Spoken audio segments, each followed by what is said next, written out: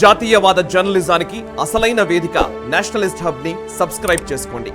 Notifications కోసం bell icon పై click చేయండి. నమస్తే, వెల్కమ్ టు నేషనలిస్ట్ హబ్. భారత రంగం ఆయుధాలు దిగుమతి చేసుకోవడానికి కూడా డబ్బు లేని స్థితి నుంచి ఏకంగా ఎగుమతులు చేసే దిశగా ఎదిగింది. 2004 నుంచి 2014 మధ్య యూపీఏ 2 కాలంలో భారత రక్షణ రంగంలో ఎగుమతులు కేవలం 4,312 కోట్లు ఉంటే 2014 నుంచి 2024 వరకు ఏకంగా 88,319 కోట్లకు పెరిగాయి.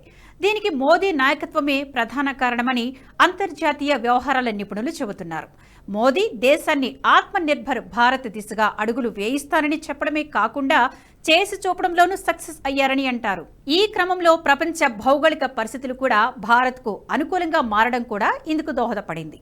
అయితే డిఫెన్స్ రంగంలో ఎగుమతులు పెరగడానికి మోదీ తీసుకువచ్చిన సంస్కరణలేంటి తెలుసుకుందాం. కాంగ్రెస్ దేశాన్ని 60 ఏళ్లు పాలించినా ముఖ్యంగా ప్రైవేటు రంగాన్ని ప్రోత్సహించలేకపోయింది. ప్రతిదాన్ని ప్రభుత్వమే నడపడంతో అవి మందకొడిగా సాగాయి. దీంతో దేశంలో రక్షణ రంగం ఎన్నడూ ఎదగలేకపోయింది. 2013లో నాటి రక్షణ మంత్రి ఏకే ఆంటోనీ పార్లమెంటు సాక్షిగా చేసిన ఓ ప్రకటన నాటి అధ్వాన స్థితికి అద్దం పడుతోంది.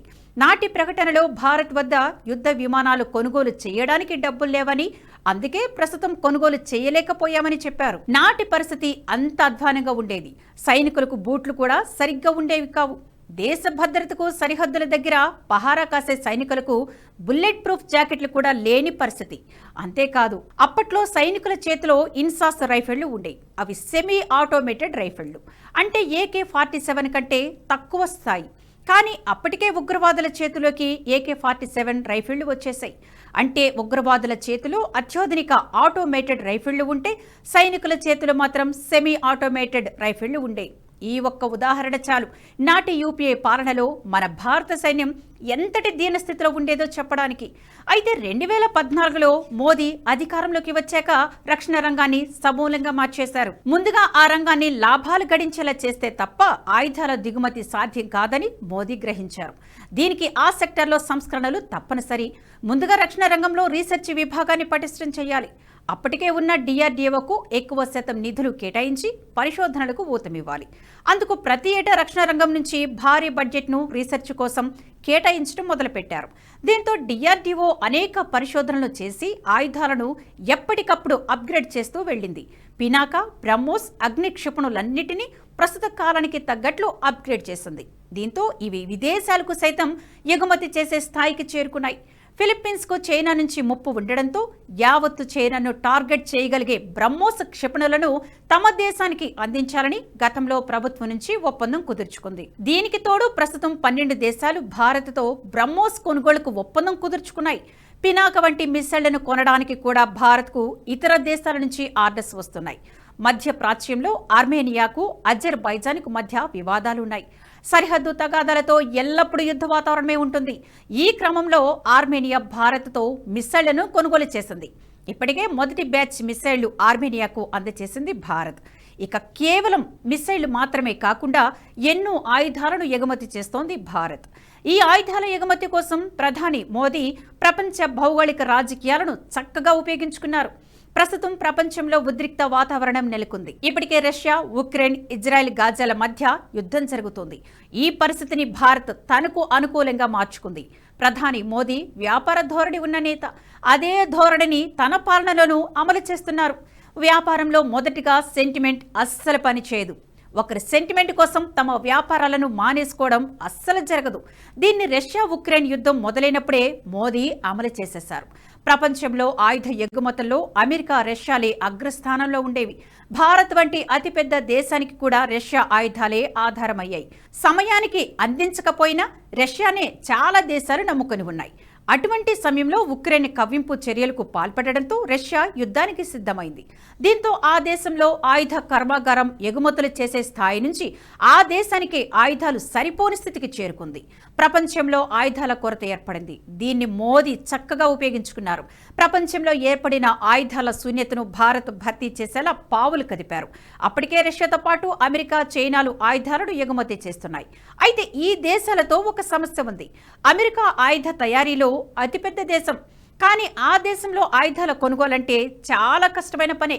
ఎందుకంటే అమెరికా డాలర్ విలువ అన్ని దేశాల కంటే చాలా ఎక్కువ. దీంతో ఆ దేశంతో ఆయుధాల కొనుగోళ్లంటే చాలా ఖర్చుతో కూడుకున్న పని. అంతేకాకుండా అగ్రదేశపు అహంకారంతో ఆయుధాలను ఆర్డర్ ఇచ్చినా దానికి సంబంధించిన చెల్లింపులు సకాలంలో చెల్లించినా ఏళ్ల తరబడి డెలివరీ చేయదు. వాటిని అట్టే నాంచుల ధోరణిలో ఉంచుతుంది. వాటిని 5-6 ఏళ్లకు డెలివరీ చేస్తోంది. ఇక చైనా విషయానికి వస్తే చెప్పనక్కర్లేదు. చైనా సరుకు గురించి భారతీయులకు తెలిసినంత ఎవ్వరికీ తెలియదు. పైకి బాగానే కనిపించినా లోపల దాని నాణ్యత ఎంతన్నది అందరికీ తెలుసు. చైనా ఆయుధ సామగ్రిలను అదే విధమైన నాణ్యత లోపం కనిపిస్తోంది. సాధారణంగా ఆయుధాల కొనుగోళ్లకు ఎయిర్ షో వంటి వాటిలో పాల్గొనాల్సి ఉంటుంది. అక్కడ పాల్గొనే వివిధ దేశాల ప్రతినిధులు వాటి విన్యాసాలను చూసి నాణ్యతను అంచనా వేస్తారు. కానీ చైనా అటువంటి విన్యాసాల్లో పాల్గొనదు. దీంతో ఆ దేశం తయారు చేసే ఆయుధాల నాణ్యతపై అనుమానాలు ఉన్నాయి. అందుకే ప్రస్తుతం ప్రపంచానికి ఆయుధాల ఎగుమతిలో భారత్ ఒక దీపంలా నిలిచింది. కానీ మన దేశం వద్ద పూర్తి స్థాయి ఆయుధాలను సరఫరా చేసే సామర్థ్యం లేకపోయినా ఉన్న దాంట్లో సాధ్యమైనంత ఎక్కువగా ప్రయత్నాలు చేస్తోంది. ఇందులో భాగంగానే కేవలం ప్రభుత్వ రంగం మాత్రమే కాకుండా ప్రైవేటు రంగాన్ని కూడా ప్రోత్సహించింది భారత్. ప్రభుత్వ రంగాలు తక్కువ స్థాయిలో ఉండడంతో ప్రైవేటు రంగాలే బెటర్ అని మోదీ ప్రభుత్వం భావిస్తోంది. అంతేకాకుండా ప్రైవేటు రంగాలను ప్రోత్సహిస్తే తప్ప ఈ స్థాయి ఎగుమతులు సాధించడం సాధ్యం కాదు. దీనికి రష్యా, చైనాల నుంచి ఉదాహరణలు కూడా ఉన్నాయి. పూర్తి ప్రభుత్వ రంగమే కాకుండా ప్రైవేటును కూడా ప్రోత్సహిస్తే అద్భుతాలు సాధించవచ్చు. ఇప్పటికే అమెరికా, రష్యా, చైనాలు రక్షణ రంగంలో ప్రైవేటును ప్రోత్సహించినా భారత్ వెనుకబాటుకు గురి కావడంతోనే ఎగుమతులు సాధ్యం కాలేదు. దీన్ని గుర్తించిన ప్రధాని మోదీ రక్షణ రంగంలోనూ ప్రైవేటును ప్రోత్సహించడానికి PLAలను అందించారు. దీంతో భారత రక్షణ రంగంలో ప్రైవేటు సంస్థలు కూడా వచ్చి చేరాయి. ఈ విధంగా చేపట్టిన సంస్కరణలు ఇప్పుడిప్పుడే ఫలితాలను ఇవ్వడం ప్రారంభించింది. తాజాగా దేశ రక్షణ ఎగుమతులు సరికొత్త లక్ష్యాలను చేరుకుంటున్నాయని, స్వతంత్ర భారత చరిత్రలో తొలిసారిగా 21,000 కోట్ల మార్కును అధిగమించాయని కేంద్ర రక్షణ శాఖ మంత్రి రాజ్నాథ్ సింగ్ తెలిపారు. భారత రక్షణ ఎగుమతులు కొత్త రికార్డు స్థాయిలకు పెరిగాయని చెప్పారు. 2023-24 ఆర్థిక సంవత్సరంలో ఇప్పటి వరకు దేశ రక్షణ ఎగుమతులు 21,083 కోట్లకు చేరాయని ప్రకటించారు. 2022-23 ఆర్థిక సంవత్సరంలో చేసిన ఎగుమతుల కంటే 32.5%తో అత్యధిక వృద్ధిని సాధించింది. ఈ వృద్ధి భవిష్యత్తులో మరింత ఎక్కువవుతుందని అంతర్జాతీయ సంస్థలు కూడా చెబుతున్నాయి. ఈ వీడియో మీకు నచ్చినట్టయితే లైక్ చేయండి, 10 మందికి షేర్ చేయండి. అలాగే కామెంట్ల రూపంలో మీ అభిప్రాయాలను మాతో పంచుకోండి. Nationalist hub group of channels ను సబ్స్క్రైబ్ చేసుకుని తెలుగునాట జాతీయవాద జర్నలిజాన్ని ప్రోత్సహించండి. ఈ వీడియో కింద ఉన్న బెల్ ఐకాన్ పై క్లిక్ చేయడం మర్చిపోవద్దు.